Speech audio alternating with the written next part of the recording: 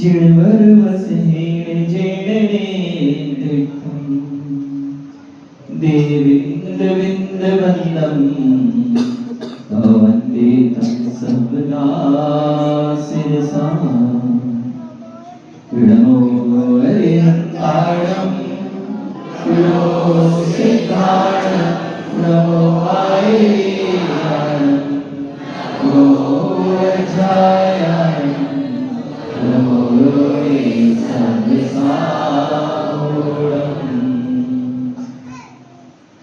बोलिए अनंतानंत सिद्ध परमेश जी भगवान की देवादिदेव एक हजार आदि तीर्थम के प्रभु आदिनाथ भगवान की भगवान महावीर स्वामी की परम पूज्य आचार्य भगवान खुद देव की परम पूज्य आचार्य भगवान सिद्धांत चक्रवर्ती चंद्र महामुनिराज की परम पूज्य आचार्य भगवान ब्रह्मदेव सूर्य महामुनिराज की परम पूज्य राष्ट्र गौरव गणाचार्य श्री 108 विराट सागर जी महामुनिराज की परम पूज्य अध्यात्म योगी चर्या श्रमणी 108 विशुद्ध सागर जी महामुनिराज की शाम जीवानी माता परम पूज्य श्री 108 समस्त सागर जी महामुनिराज की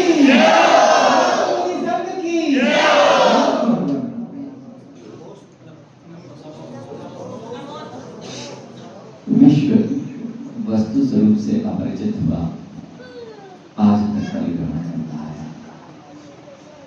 हर वस्तु की सत्यता से वह अपरिचित है और यहाँ तक कि वह अपने आप से भी अपरिचित है। जिसका जो जैसा स्वभाव होता है वह उस स्वभाव में रहता तो है लेकिन उससे परिचित नहीं। जिसका जो स्वभाव है वह उस स्वभाव में तो रहता है लेकिन स्वभाव को जानता ही नहीं है कि मेरा स्वभाव क्या है।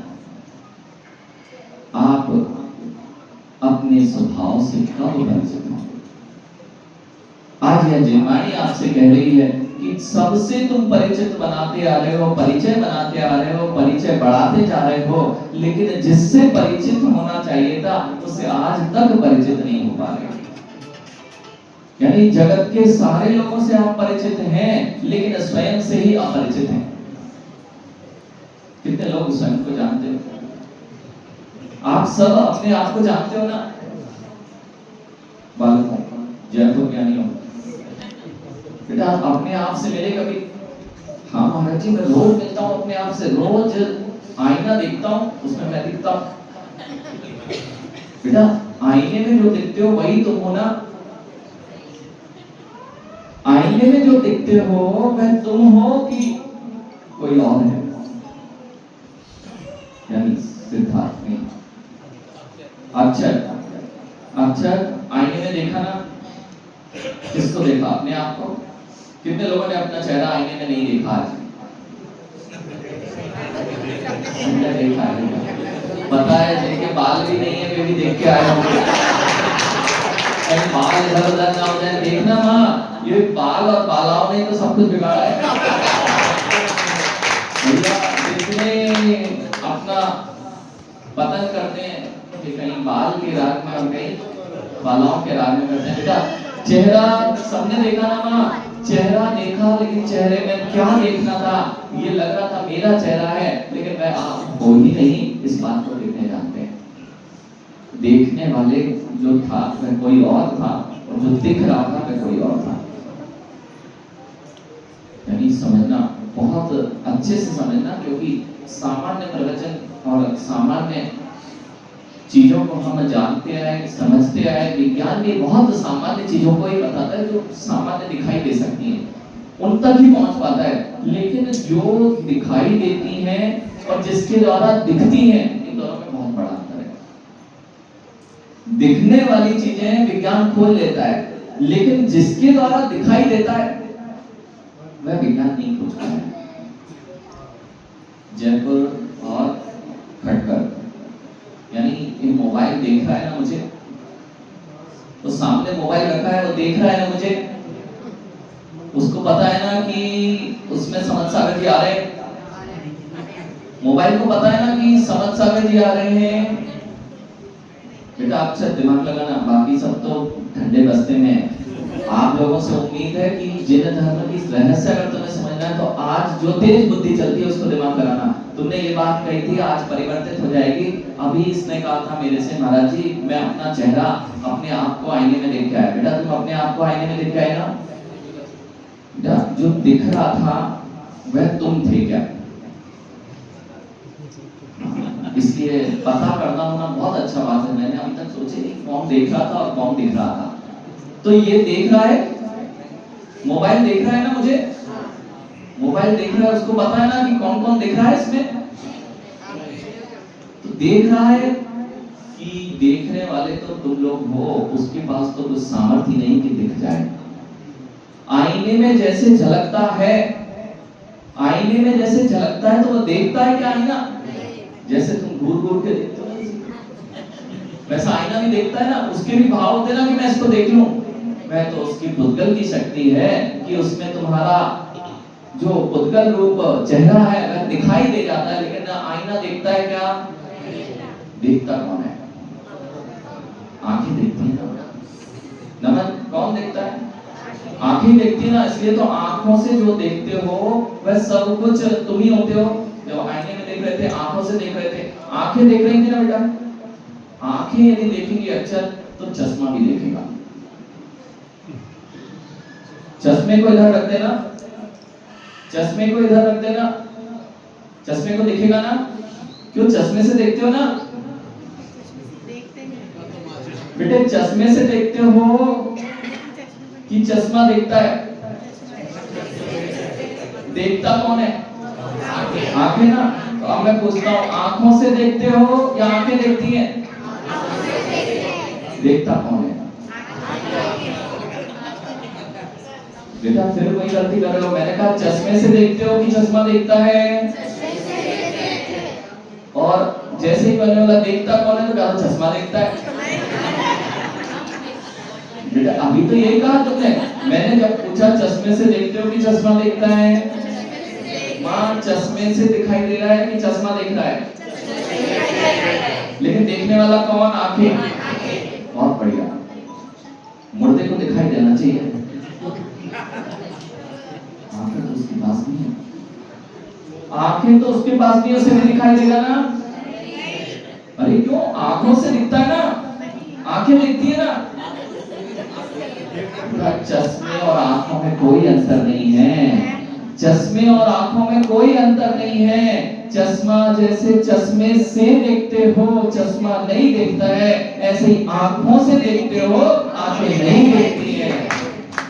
अब मिलो कौन देख रहा था किसको? जब तुमने अक्षर दर्पण देखा तो आंखें देखी ना, तुम्हारी आंखें थी ना, तुम्हारी आंखें थी ना। जो देखने वाला था वो तुम हो या जो जिससे देख रहे थे वो तुम हो, और जो दिख रहा था वो तुम हो? देखना तीन चीजें हो गई भैया। चश्मा ये रखा हुआ है, उसके पीछे मैं बैठा हुआ हूं और सामने दर्पण रखा हुआ है। अब तीन चीजें, जो दिख रहा है वह तुम हो। बहुत बढ़िया। तो सामने तो आप बच्चों लोगों से बात करेंगे तो जल्दी तुम्हारे दिमाग में पहुंचेगी। जो सामने दिख रहा था वह तुम हो आप लोग। अरे दांत टूटे हुए जिसके दिख रहे थे चेहरे में वह आप हो। टूटे हुए वो भी देखता है। जो सामने दिख रहा था बेटा वह हो। बस यही नहीं। अब मैं फिर से पूछता हूँ, जो सामने दिख रहा है एक चश्मा है और एक पीछे बैठे हो। तीन चीजें लेना। पहले जो दिख रहा है वह आप हो। अगर इस कैमरे में मैं दिख रहा हूं तो मैं यहां हूं या वहां हूं? समझ गए? ऐसे ही जो दर्पण में दिख रहा है वह मैं हूं, तो मैं कौन हूं? समझना, जो बैठा हुआ है वह मैं हूं ना। और चश्मा क्या है? जिससे मुझे दिखाई दे रहा था। अब देखना, ये तीन चीजों में तुमने लगा लिया। तुमने क्या समझा? मैं जो देख रहा था शरीर रूप में ये बैठा था वह मैं हूं। ना तो दर्पण है ना चश्मा है, वह तुम नहीं हो। अब मैं तीन चीजों को और पास में दूसरे दृष्टांत पे ले जाता हूं, तब तुम्हें समझ में आएगा आखिर तुम हो कौन। अब चश्मे की जगह है तुम्हारी आंखें, चश्मे की जगह तुम्हारी आंखें। और जो दिख रहा है, भले ही वह तुम दर्पण में देख रहे हो, चश्मा हटा दीजिए, चश्मे की जगह क्या लगा है? आंखें लगी हैं। जो दिख रहा है वो तुम हो, दर्पण में जो दिख रहा है वह आप हो नहीं हो।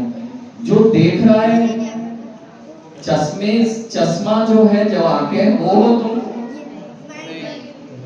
पीछे बैठा कौन है बेटा? पीछे बैठा कौन है जो देख रहा है? ना तो तुम दर्पण में तुम हो, ना जो ये दिखाई दे रहा है ये तुम हो। इसके पीछे बैठकर जो देख रहा है उसका नाम तुम हो। आत्मा को जानते हो? प्रेत को जानते हो? भूत प्रेत नहीं तो आत्मा के नाम से तो भूत प्रेत के कौन जानते हैं?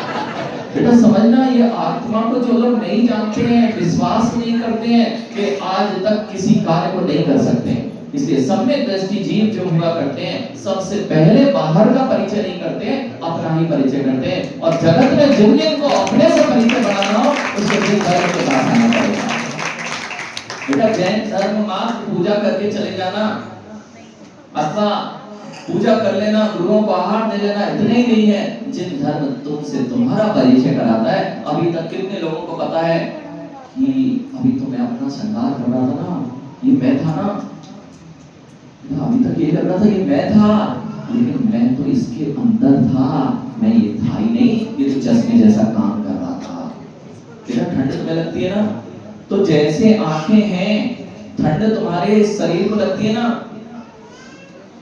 अच्छा ये बताओ, इस स्पर्शन इंद्रिय को जानते? पांच इंद्रिय सब जानते होंगे, जैनी है क्योंकि समय अपनी सीमा में है। लेकिन अपन को एक आज गहनतम रहस्य समझना है। जिन आगम का गहनतम रहस्य ये है कि तुम्हारा रहस्य तुम्हें आज तक नहीं पता है, आज तुम अपने रहस्य से परिचित होने वाले हो। जो लोग आत्मविश्वास नहीं रखते हुए कुछ काम कर पाएंगे क्या? बेटा जिनके पास आत्मविश्वास की कमी हो, सेल्फ कॉन्फिडेंस जिसे आप कहते थे, इंग्लिश में कहो तो बड़े जल्दी समझ जाते हो। आत्मविश्वास जिसको नहीं है वह कोई भी काम कर पाएगा क्या? नहीं। कितने लोगों को आत्मा पे विश्वास है? आत्मविश्वास और आत्मा पर विश्वास कोई अलग अलग चीज नहीं है। आत्मविश्वास में स्वयं कह रहे हो, जिसको अपने ऊपर विश्वास है वही तो आत्मविश्वास है। और तुम कौन हो यही नहीं जानते, तुम्हारे पास आत्मविश्वास कहां से आया? भैया आप लोग अपने आप को जानते हो? दीपक भैया अब देखना, इसलिए जिनके पास में अपने आप से पहचान हो जाती है उनका आत्मविश्वास अगर देखना हो तो दिगंबर मुनियों को देखो, उनके पास क्या आत्मविश्वास है।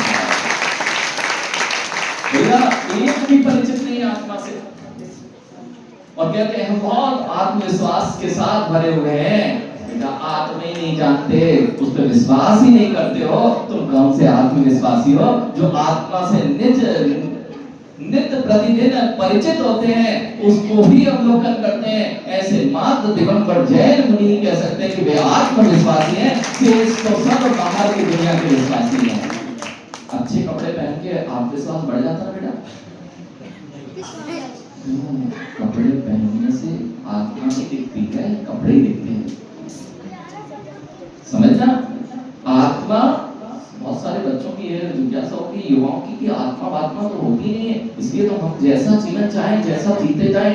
आत्मा नाम की कोई चीज नहीं है, गए तो गए, मरने के बाद में पता नहीं है ना तुम जाओगे कहां, नरक स्वर्ग। इसलिए तुम भोगों को, यानी इसलिए तो लोग भोगों को भोगते रहते हैं।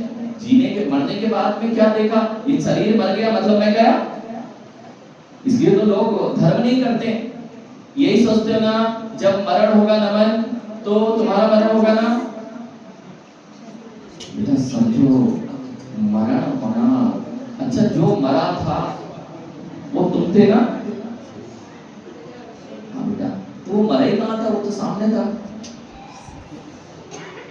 अब देखना, जिससे माँ आप प्रीति करते हो, जब कोई आपका संबंधी यदि मरण को प्राप्त हो जाए, अच्छे, यदि कोई संबंधी किसी का मरण को प्राप्त हो जाए करता है तो रोता है, वह व्यक्ति रोता है।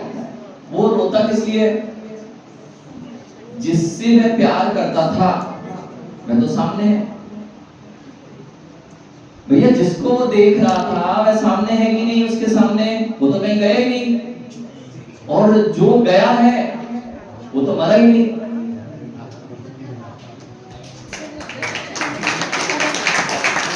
यानी समझो, इसलिए जिनको आत्मा पर विश्वास होता है उनके आंखों में आंसू नहीं आते।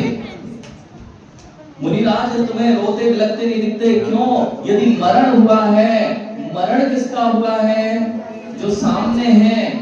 अगर तुम्हें अपने संबंधी से प्यार है तो शरीर से प्यार है ना, शरीर तो देखते हो, उसी को तुम मान रखे थे, तो शरीर तो वो पड़ा हुआ है, शरीर तो आपके पास पड़ा हुआ है ना।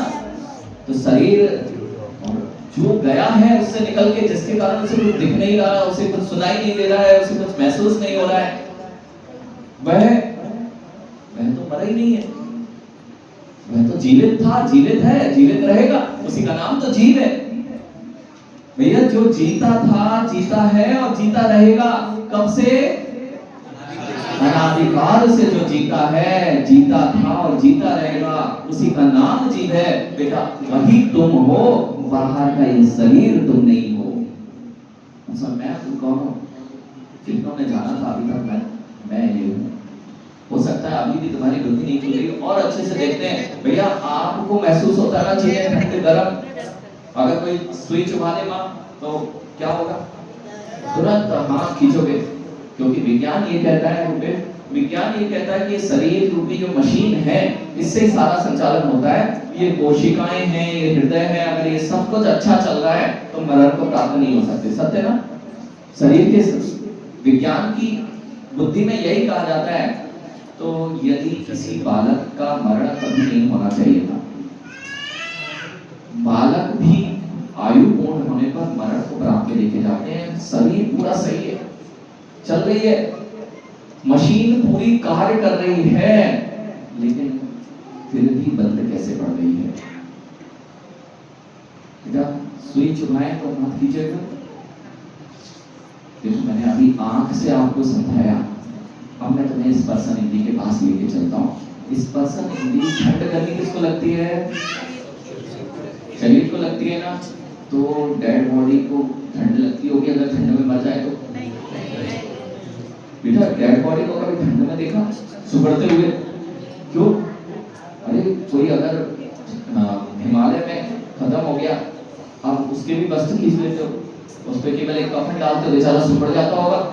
तो ठंड तो शरीर को लगती है ना। बेटा, ठंड लगने वाला कौन था? जो महसूस कर रहा था, जिसके अंदर वह चेतना थी, वह जीव निकल गया। एक पिन, एक सेकंड पहले तक मां एक पिन यदि किसी जीव को गड़ाई जाए तो वह हाथ खींचता है, और एक क्षण बाद यदि जीव उससे निकल जाए तो कितने ही हाथ पैर काटते रहना, वह जीव जूगा जी नहीं करता। बेटा, तुम कौन हो? समझ में आ रहा है? अब बताओ, आंखें देख रही थी, कान सुन रहे थे, नाक सुन रही थी, रसना इंद्री मजे ले रही थी। मजे कौन ले रहा था? तब मजे कौन ले रहा था? और अगर ये मजे लेते होते और किसी मरे व्यक्ति की जीभ पर मिर्ची रखते हो तो तिल मिला के उठ जाना चाहिए। समझता? यानी जब तक जीव है, जीव के पास संवेदनाएं हैं, शेष जो जिसे तुम देखते हो वो तुम हो भी नहीं। कितने लोगों ने अपने आप को देखा भैया? कितने लोगों ने दर्पण में अपना चेहरा देखा? अपना चेहरा दिखा दर्पण में कभी? अपना चेहरा नहीं देखते। जो कुछ देखते वह तो जड़ होता है। तुम तो बुद्धिशाली, देखने जानने वाले चैतन्य जीव हो, उसको आज तक किसी ने नहीं देखा। खड़कर सब लोग चेहरा देख के आए ना? अरे दर्पण में देखा ना? अच्छा, अब अब मैं बताता हूँ आपको कि दर्पण देखने में दर्पण देखते हो कि दर्पण में देखते हो? देखो सम्यक दृष्टि क्या हुआ करता है, आज ये सम्यक दृष्टि की बात चल रही है इस गाथा में कि सम्यक दर्शन जो आपने अभी मात्र बाहर की चीजें देखी और बाहर में ही प्रभुता वगैरह जानना प्रारंभ कर दी, लेकिन सम्यक दृष्टि के भाव क्या होते हैं? 6 द्रव्यों में सबसे पहला द्रव्य अरे द्रव्य के नाम भी भूल गए क्या आप लोग? जीव, उत्कल, धर्म, धर्म, आकाश और काल, ये 6 द्रव्यों के कई लोगों ने अभी पहली बार नाम सुनेंगे बच्चों ने, या बहुत सारे बड़े भी ऐसे होंगे। भैया सोचो, तुम अपने बारे में नहीं जानना चाहते, इसलिए जिन धर्म से दूर हो, जिनको अपने से परिचित होना हो, उसे जल्दी से जल्दी, शीघ्र से शीघ्र जिन धर्म की शरण ले लेना चाहिए, चाहे वह जैनी हो चाहे असली हो। भैया एक सामान्य सा प्रश्न कर लेता हूं मैं आपसे। अच्छे दर्पण में देखा चेहरा दर्पण में देखा? अच्छा दर्पण किस किसने देखा? जब दर्पण देखते हो माँ की दर्पण में देखते हो? क्या देखते हो? दर्पण किसने देखा? अच्छा ऐसे नहीं समझ में आ रहा सुरेश, किसी का शादी का एल्बम देखा, दूसरे का, उसमें क्या देखते हो? किसकी? रुपेश, दूसरे का शादी का एल्बम जब भी कोई किसी को दिखाता है तो देखा क्या जाता है? जो दूल्हा खड़ा है उसे देखा जाता है? दूल्हा जो खड़ा है उसे देखते हैं या दूल्हे के पास में हम खड़े कहाँ हैं? क्या ऐसे ही करना पड़ता है? एज बढ़ जाती है तो बच्चियां तो इसलिए खड़े होते दूल्हे के पास में कि हमें भी देख ले लोग। सत्य कहे जो है अब देखना, जैसे आप समझ में आ रही है बेटा, जब तुम दूसरे के शादी का एल्बम देखते तो कैसे देखते? किसी ने देखा कौन क्या पहने था? भैया दूल्हे राजा क्या पहने थे कभी देखा? उनकी शादी में इधर खड़े थे, वो ही जाती नजर थी, हम महाराज जी के साथ फोटो खिंचवा रहे थे, महाराज जी को कोई नहीं देख रहा था। और फोटो महाराज जी की अच्छी आई नहीं थी, महाराज जी फिर से हम फोटो अच्छी नहीं आई, फोटो अच्छी नहीं है, हम तो वैसे ही वैसे जैसे थे, आपकी फोटो अच्छी कैसे नहीं आई? भैया मुनिराज तो एक ऐसे होते हैं जो बनावटी फोटो नहीं बनाते, जैसा चेहरा है ना तो श्रृंगार करते ना बाल संवारते। आप तो जब भी फोटो खिंचवाने जाते तो पहले 10 बार बाल संवारते। अच्छा सही है ना? जब चेहरा देखने जाते हो, फोटो खिंचवाने जाते हो, एक दिगंबर भी तो है, फोटो खिंचवाने जाए, मंच पे जाए, कहीं भी जाए, ये कभी बन के नहीं जाता है, जैसा होता है वैसा ही दिखाई देता है। देखो फोटो खींची और देखो ने फोटो खींची और अच्छी फोटो भी अच्छी आई थी। अब बोला महाराज एक और फोटो अच्छी नहीं आई, समझ में नहीं आया आखिर क्यों अच्छी नहीं आई। मुनिराज की फोटो लेना थी और मुनिराज की लेना थी क्या नहीं तुषार कि किसी और की ले रहे थे, सुने ना? और अच्छी क्यों नहीं आई? हो सकता है रुपेश कहे कि महाराज जी एक मूंछ नीचे हो गई, एक ऊपर हो गई।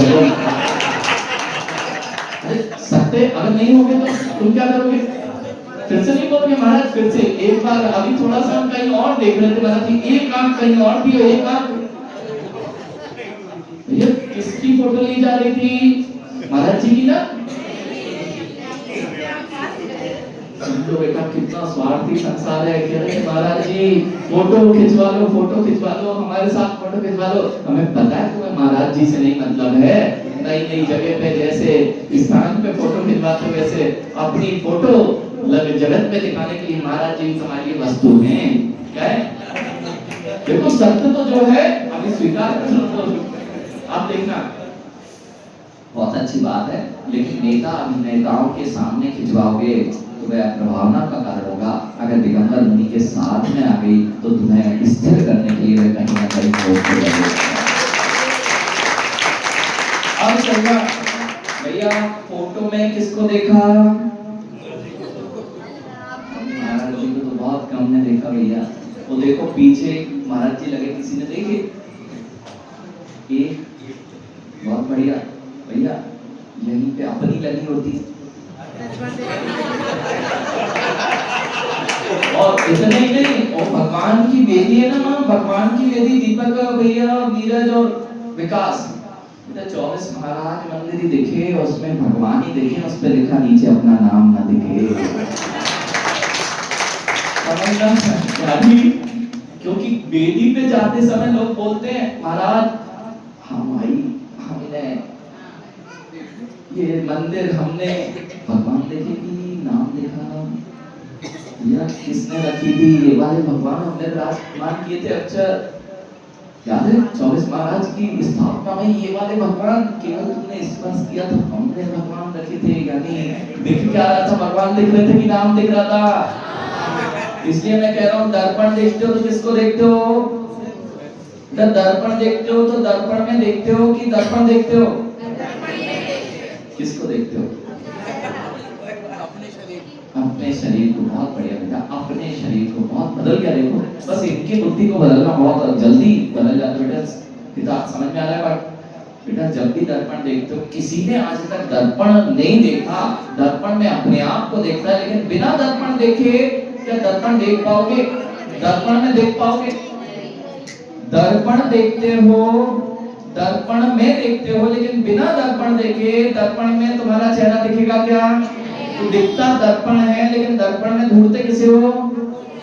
आप समझो ज्ञानियों, जितने लोग जिन मंदिर आते हैं ये भगवान दर्पण हैं, इनको देखकर अपने आप को इनके अंदर देखो कि जैसे ये है जैसा मैं भी हूँ, तो समझ आ जाएगा कि मंदिर क्यों आते हैं, ये भगवान कैसे हैं, ये क्यों रोज रोज।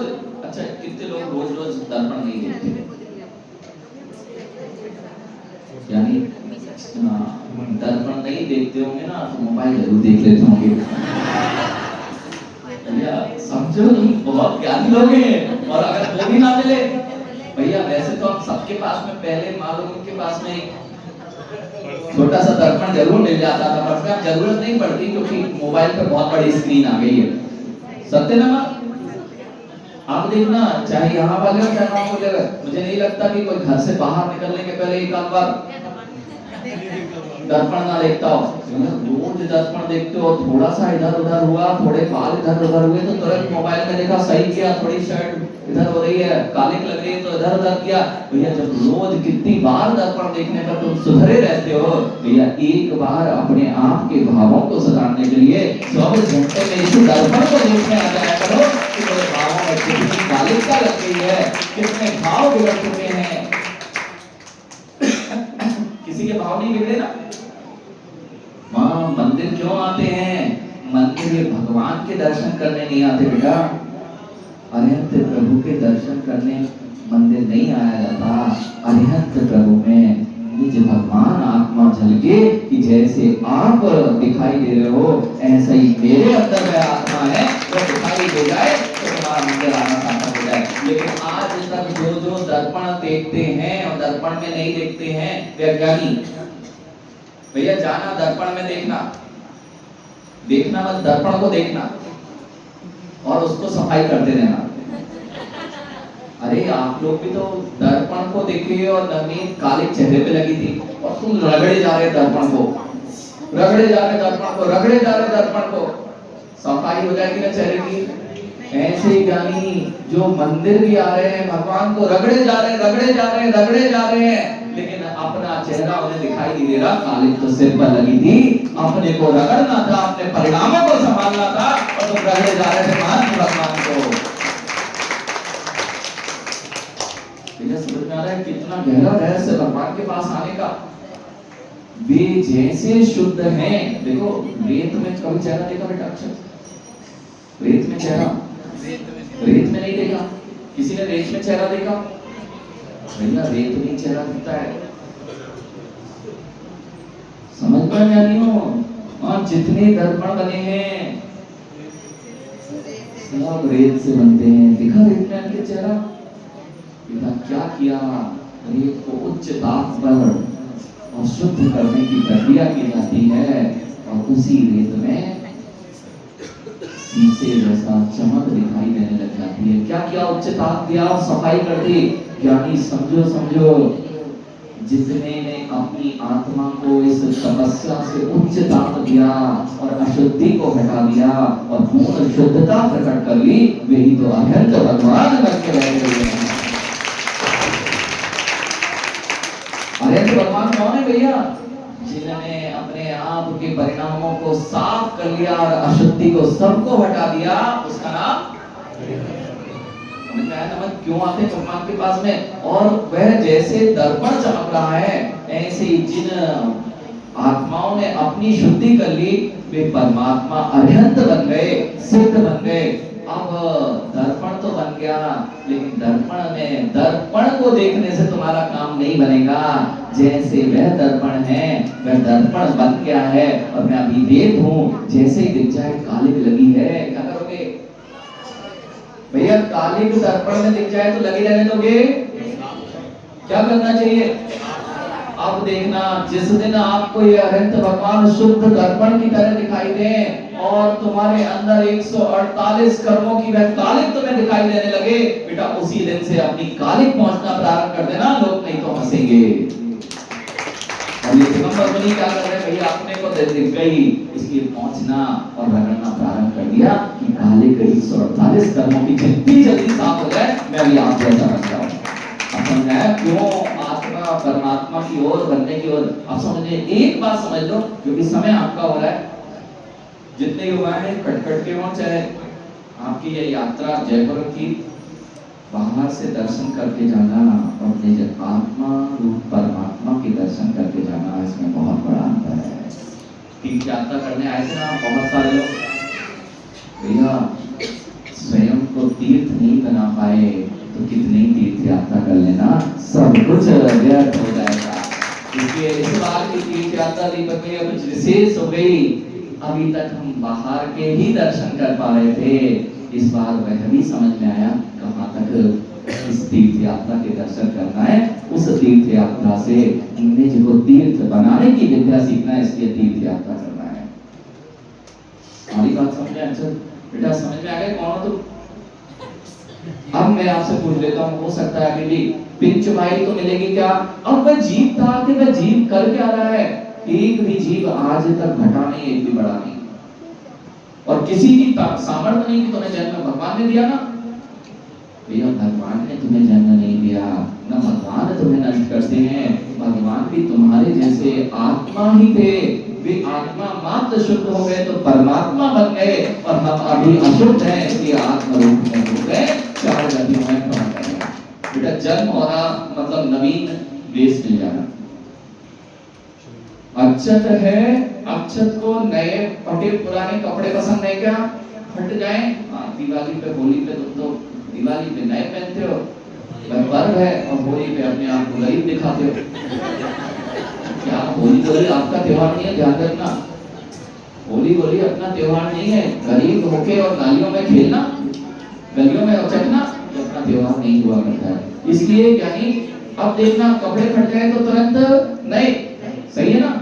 ऐसे ही यानी ये जीर्ण छीर्ण जब शरीर हो जाता है, तब ये कपड़े रूप में है, वह आत्मा नवीन स्थान को प्राप्त होती है और नवीन शरीर को धारण कर लेती है। कब से कर रही है?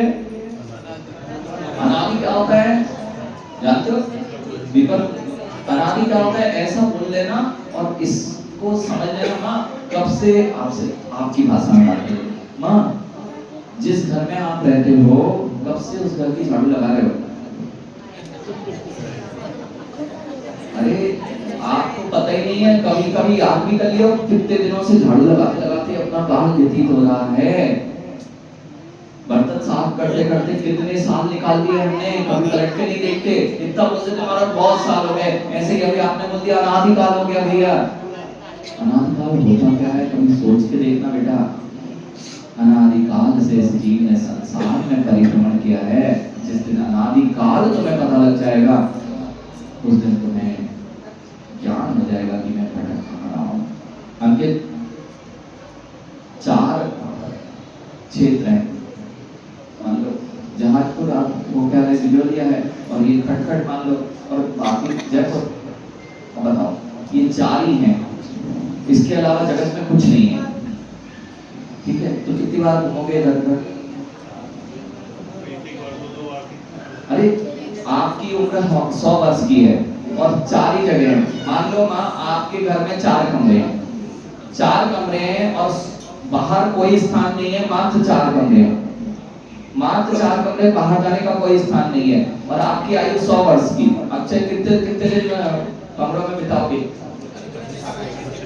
सामान्य 25-25 वर्ष, और कुछ है ही नहीं जगत में। और यदि आपकी उम्र 1000 वर्ष की है तो, और यदि आपकी उम्र 1 लाख वर्ष की है तो, और यदि आपकी उम्र 1 अरब वर्ष की है तो बेटा 4 के बाहर जाना नहीं, बोर नहीं होगे?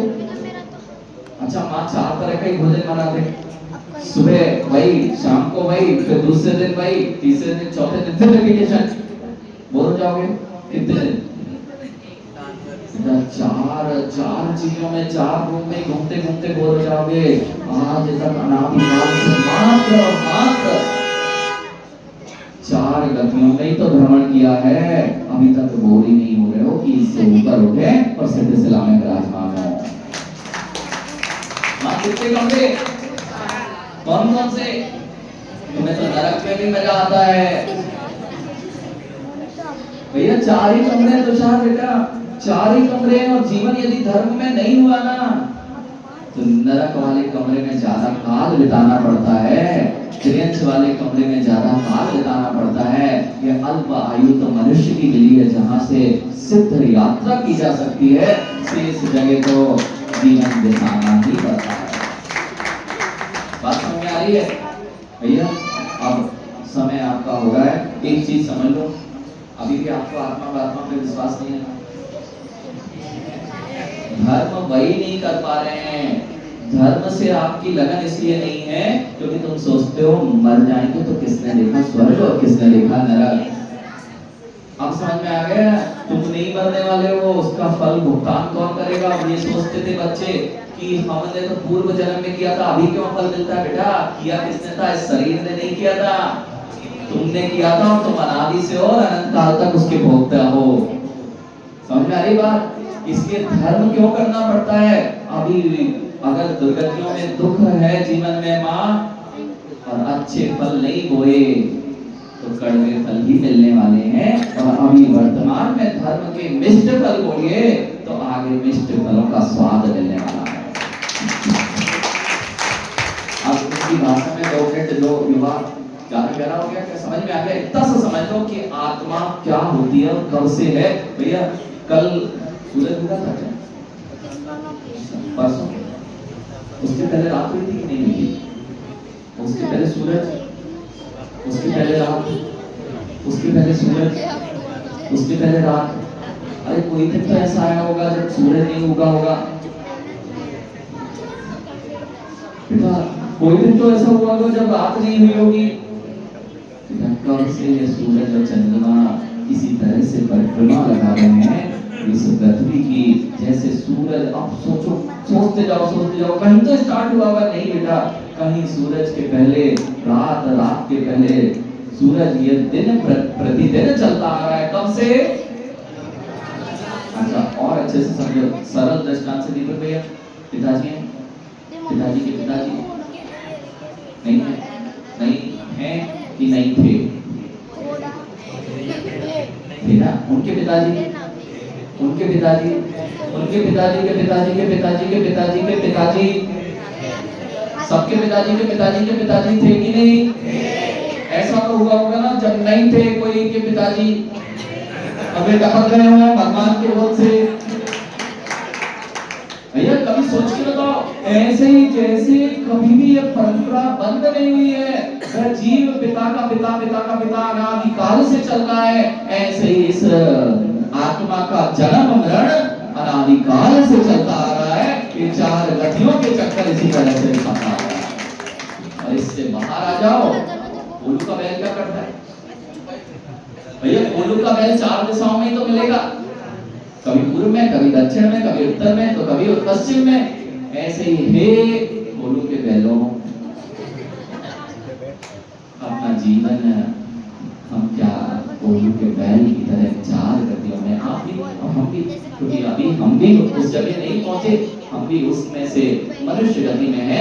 इसलिए चक्कर लगाना छोड़ना हो तो अपने आप को पहचानो, और अपने आप को जब पहचान जाओगे और उसमें अशुद्धता है इसको जान जाओगे, उसको साफ करो। ताप दोगे रेत को तो उसमें भी चेहरा झलकता है। ऐसे ज्ञानी हैं जिनको अपनी आत्मा की तपस्या करते हैं, वे भी उनके ही ज्ञान में इस जगत की सारी चीजें सर्वज्ञ के ज्ञान में अपने आप झलका करती हैं। आप समझ में आ गई? अच्छा बताओ, केमिस्ट्री पढ़े? अच्छा केमिस्ट्री पढ़ी, क्योंकि अभी भी बुद्धि ऐसी चल रही है कहीं तो उत्पन्न हुआ होगा, कुछ चीजें तो उत्पन्न हुई होंगी। अब मैं बता देता हूँ भैया, जिसने रसायन विज्ञान पढ़ी है ना माँ, सब पढ़े लिखे हैं। मुझे पता है 7वीं 8वीं 9वीं वाले भी रसायन विज्ञान पढ़ के आते हैं। माँ पुराने में भी रसायन विज्ञान पढ़ी थी कि नहीं? रसायन विज्ञान में क्या पढ़ाते थे? एक परमाणु, दो परमाणु, हाइड्रोजन का एक परमाणु, हाइड्रोजन के 2 परमाणु और ऑक्सीजन का एक परमाणु मिलके पानी का एक परमाणु बन जाता है। अगर बेटा उस केमिस्ट्री की इक्वेशन में से एक परमाणु गायब कर दो, खा जाओ, तो 0 मिलेगा। अरे एक इधर पे 3 परमाणु थे और यहाँ 2 ही आए, एक गायब हो गया, हो सकता है? जितने परमाणु यहाँ है इक्वेशन बराबर करना होती ना, जब तक परमाणु बराबर नहीं होंगे तब तक आज तक कोई रसायन विज्ञान की कोई भी समीकरण संतुलित होगा क्या? यानी एक भी परमाणु कभी गड़बड़ हुआ क्या? एक भी परमाणु ज्यादा हो गया और इधर उत्पन्न हो गया, इधर नहीं था।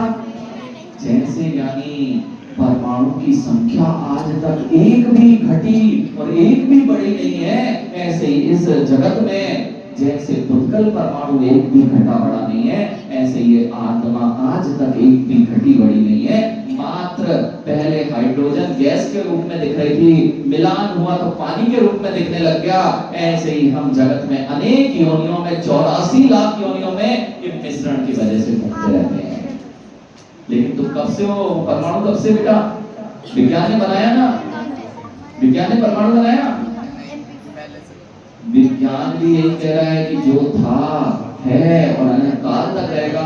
ये विज्ञान तो बहुत बाद में कह रहा है। अनंत वितरागी सर्वज्ञ केवली भगवान तो यही कह रहे हैं कि इस जगत में जितने जीव थे वे आज भी हैं, थे और अनंत काल तक रहेंगे, और इसी तरह संसार चल रहा है। कितने लोगों को आज भूत समझ में आ गए? आत्मा के बारे में अगर विश्वास हो जाए, बस यही जिन दर्शन है। कितने लोग परिचित थे जगत से? तो तुम परिचित थे, लेकिन कितने लोग स्वयं से परिचित थे? कोई था? ये कौन है? तो जीव हूँ मैं, बहुत बढ़िया बेटा। अब ये जीव कैसा होता है, इस पर यदि विचार किया जाए, मेरे अंदर कितनी अनंत शक्तियां हैं। मैं जानने देखने वाला आत्मा हूं। जो अनुभवन होता है वह किसको होता है? शरीर को कभी नहीं होता है। चेतना जिसके पास होती है वह मैं हूं, ना कि ये जड़ हूं। और जड़ वस्तु का नाम अक्षर है, ना कि जीव का नाम अक्षर। बताओ तुम्हारा नाम क्या है? अरे सिद्धांत, आपका नाम क्या है? हाँ, आदिश भैया सुनते। आदिश भैया आपका नाम क्या है? आदिश नाम है ना। तो जब तुम्हारे माता पिता ने नाम नहीं रखा था तब तुम नहीं थे ना?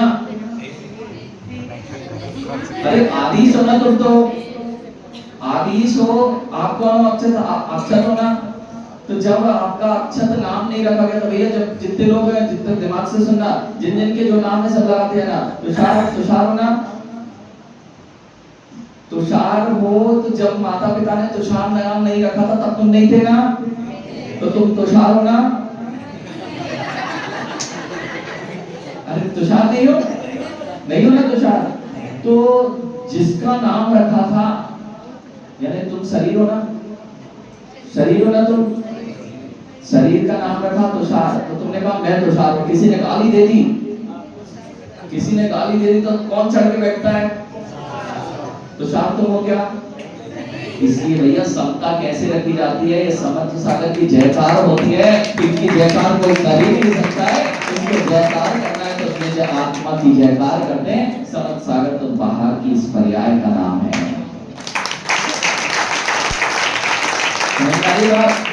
तुषार आप तुषार नहीं, तुषार जिसका नाम रखा गया वह भी तुषार, वह भी आप नहीं, वह भी आप नहीं, क्योंकि माँ जब जन्मे थे वही आप हो ना, जो जन्मा था अक्षर वही आप हो, तो उसके पहले जो थे वो आप हो। इस पर्याय में आके जन्म लिया है शरीर में, लेकिन शरीर आप समझ में आ गया? किस किस को आत्मविश्वास बढ़ाना है, सेल्फ कॉन्फिडेंस बढ़ाना है भैया? जिनको अपने पे आत्मविश्वास बढ़ाना है उनको जिन धर्म की इस आत्म तत्व पर श्रद्धान कर लेना चाहिए। आपका आत्मविश्वास दुनिया का कोई भी रखे, दिगंबर मुनियों के सामने कितने बड़े लोगों को लेके आ जाना, उनके आत्मविश्वास से कोई जीत नहीं सकता है। किसी का नाम आत्मविश्वास।